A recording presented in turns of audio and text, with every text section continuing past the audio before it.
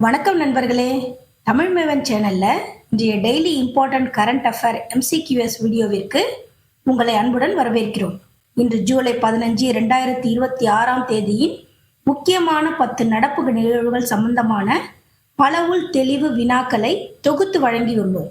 இது உங்கள் நடப்பு நிகழ்வுகள் அறிவை மதிப்பீடு செய்யவும் தேர்வில் அதிக மதிப்பெண் பெறவும் உதவும்.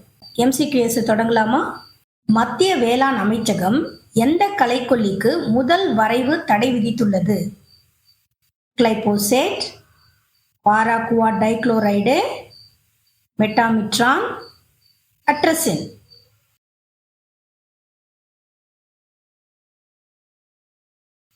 சரியான பதில் பாராகுவா டைக்ளோரைடு. விவசாயிகளின் ஆரோக்கியம் மற்றும் சுற்றுச்சூழலை பாதுகாக்கும் நோக்கில் இந்த தடை விதிக்கப்பட்டுள்ளது. இது அரசியல் அமைப்பின் பிரிவு 48A கீழ் சுற்றுச்சூழலை பாதுகாத்து மேம்படுத்தும் அரசின் நிர்வாக கடமைக்கு உட்பட்டது. அரசு முதல் வரைவு தடை அறிவிப்பை வெளியிட்டது. 30 நாட்கள் கருத்து கேட்பு காலத்திற்கு பிறகு இறுதி உத்தரவு வெளியிடப்படும் என்று கூறப்பட்டுள்ளது. தமிழ்நாட்டில் சுய கணக்கெடுப்பு முறை மூலம் பொதுமக்கள் தங்களது விவரங்களை இணையதளம் வாயிலாக பதிவு செய்ய வேண்டிய கால அவகாசம் என்ன? ஆகஸ்ட் 1 முதல் ஆகஸ்ட் 30, ஜூலை 17 முதல் ஜூலை 31, ஜூலை 17 முதல் ஆகஸ்ட் 31, ஆகஸ்ட் 1 முதல் செப்டம்பர் 15.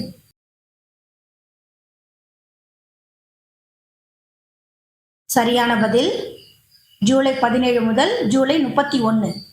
இந்திய மக்கள் தொகை கணக்கெடுப்பு 2027 ஒரு பகுதியாக தமிழ்நாட்டில் சுய கணக்கெடுப்பு வசதி 17 ஜூலை 2026 முதல் 31 ஜூலை 2026 வரை வழங்கப்பட்டுள்ளது.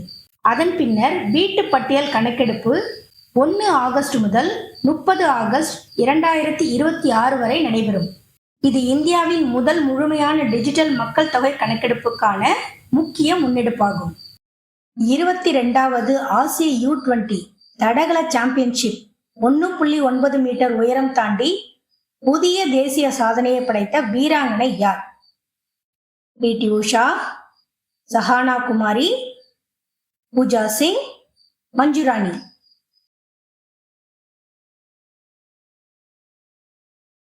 சரியான பதில் பூஜா சிங்.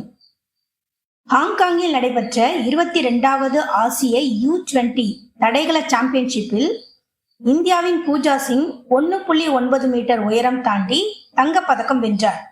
இதன் மூலம் சஹானா குமாரியின் 14 ஆண்டுகள் பழமையான தேசிய சாதனையை முறியடித்து புதிய இந்திய தேசிய சாதனையை ஏற்படுத்தியுள்ளார்.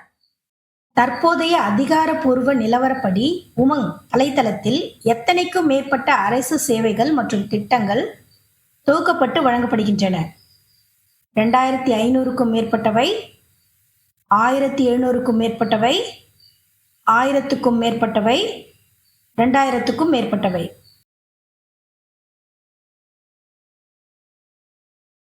சரியான பதில் 2500க்கும் மேற்பட்டவை. உமங் என்பது மின்னணு மற்றும் தகவல் தொழில்நுட்ப அமைச்சகத்தின் கீழ் செயல்படும் ஒருங்கிணைந்த அரசு சேவை தளமாகும். மத்திய மற்றும் மாநில அரசுகளின் 240க்கும் மேற்பட்ட துறைகள் அல்லது அமைப்புகளின் 2500க்கும் மேற்பட்ட சேவைகள் மற்றும் திட்டங்களை ஒரே தளத்தில் வழங்குகிறது. இது டிஜிட்டல் இந்தியா திட்டத்தின் கீழ் முக்கிய முயற்சிகளில் ஒன்றாகும். 2024 ஆண்டு மார்ச் மாதம் சோமாலியா கடற்கொள்ளையர்களால் கடத்தப்பட்ட மால்டா நாட்டு கொடியுடன் இயங்கிய MV ரூயன் சரக்கு கப்பல் எந்த இந்திய போர்க்கப்பலால் இடைமறிக்கப்பட்டு மீட்கப்பட்டது? INS திரிசூலம், INS Sumitra, INS Chennai, INS Kolkata.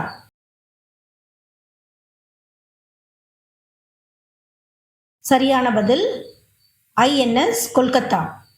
Malta நாட்டு கொடியுடன் இயங்கிய MV ரூயன் சரக்கு கப்பல் டிசம்பர் 2023 சோமாலியா கடற்கொள்ளையர்களால் கடத்தப்பட்டது. பின்னர் இந்திய கடற்படை மேற்கொண்ட 40 மணி நேர நடவடிக்கையில் INS கொல்கத்தா கப்பல் MV ரூயனை இடைமறித்து கடற்கொள்ளையர்களை சரணடைய செய்து கப்பலையும் அதன் குழுவினரையும் பாதுகாப்பாக மீட்டது. இந்தியாவின் தொலைத்தொடர்பு தரநிலைகளை வலுப்படுத்த டாட் யாருடன் புரிந்துணர்வு ஒப்புதல் செய்துள்ளது? TSDSI, TRAI, ISRO, DRDO.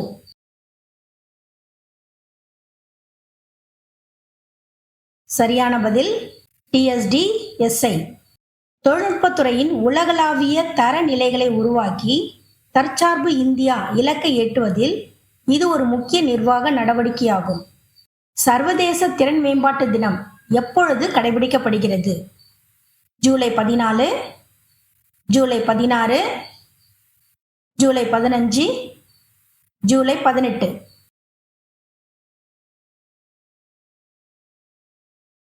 சரியான பதில் ஜூலை 15. இளம் தலைமுறையினருக்கு வேலைவாய்ப்பு திறன்களை வழங்குவது நாட்டின் பொருளாதார முன்னேற்றத்திற்கு இன்றியமையாதது. இது தேசிய திறன் மேம்பாட்டு கொள்கையின் நிர்வாக இலக்குகளுடன் ஒத்துப்போகிறது. 2027ஆம் ஆண்டு மக்கள் தொகை கணக்கெடுப்பிற்காக எந்த முறை சோதிக்கப்படுகிறது? மூடிய நெடுவரிசை முறை, திறந்த நெடுவரிசை முறை, குறுக்கு நெடுவரிசை முறை, இரட்டை நெடுவரிசை முறை.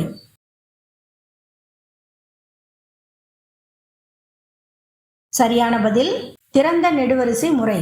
தரவு சேகரிப்பில் வெளிப்படை தன்மையையும் துல்லியத்தையும் உறுதி செய்ய நவீன தொழில்நுட்பம் மற்றும் புதிய முறைகளை அரசு நிர்வாகம் புகுத்தி வருகிறது. மத்திய மின்னணுவியல் மற்றும் தகவல் தொழில்நுட்ப அமைச்சகம் வெளியிட்ட 2026 தகவல் தொழில்நுட்ப திட்டங்களின்படி அனுமதியின்றி உருவாக்கப்பட்ட ஆபாச டீப்ஃபேக் உள்ளடக்கம் தொடர்பான புகார்களை சமூக வலைதளங்களில் எவ்வளவு நேரத்திற்குள் நீக்க வேண்டும்? 3 மணி நேரம், 12 மணி நேரம், 24 மணி நேரம், 2 மணி நேரம்.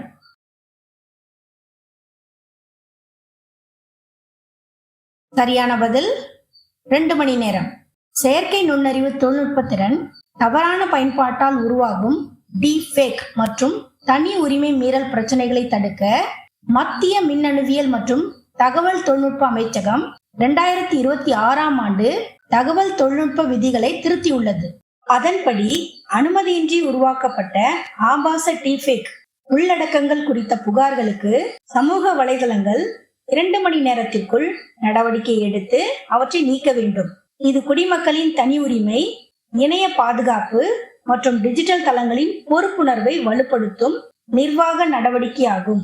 ஜூலை 2026 நிலவரப்படி இந்தியாவின் மொத்த புதுப்பிக்கத்தக்க எரிசக்தி திறன் எவ்வளவு?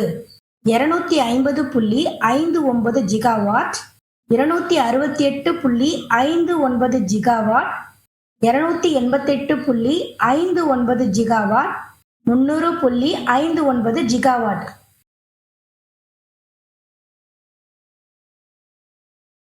சரியான பதில் 288.59 ஜிகாவாட். ஜூலை 2026 நிலவரப்படி இந்தியாவின் புதுப்பிக்கத்தக்க எரிசக்தி திறன் 288.59 ஜிகாவாட்டை எட்டியுள்ளது. மேலும் MNRE அமைச்சகம் ரூஃப்டாப் சோலார் திட்டங்களுக்கான புதிய வழிகாட்டுதல்களை வெளியிட்டதுடன் மத்திய மின்சார ஆணையம் புதுப்பிக்கத்தக்க ஆற்றலை மின் கட்டமைப்பின் ஒருங்கிணைப்பதற்கான புதிய பரிந்துரைகளையும் முன்வைத்துள்ளது. இந்நடவடிக்கைகள் நிலக்கரி பயன்பாட்டை குறைத்து பசுமை ஆற்றல் மாற்றத்தை வேகப்படுத்தும் இந்திய அரசின் முக்கிய முயற்சியாகும். இன்றைக்கு கேட்கப்பட்ட 10 முக்கிய நடப்பு நிகழ்வுகள் சார்ந்த MCQS உங்களுக்கு பயனுள்ளதா இருந்திருக்கும்னு நம்புறோம். வீடியோவில் கேட்ட அனைத்து வினாக்களுக்கும் சரியான பதிலை தேர்ந்தெடுத்திருந்தா அது உங்க தயாரிப்பு சிறப்பா நடைபெற்று வருகிறதுன்னு அர்த்தம். இன்னும் சில வினாக்களில் தவறு ஏற்பட்டிருந்தா கவலைப்படாதீங்க. தொடர்ந்து பயிற்சி செய்தா நிச்சயமா வெற்றி பெறலாம். தினமும் கற்போம், தேர்வில் வெல்வோம். நன்றி, வணக்கம். மீண்டும் அடுத்த வீடியோவில் சந்திப்போம். இது உங்கள் தமிழ் மேவன்.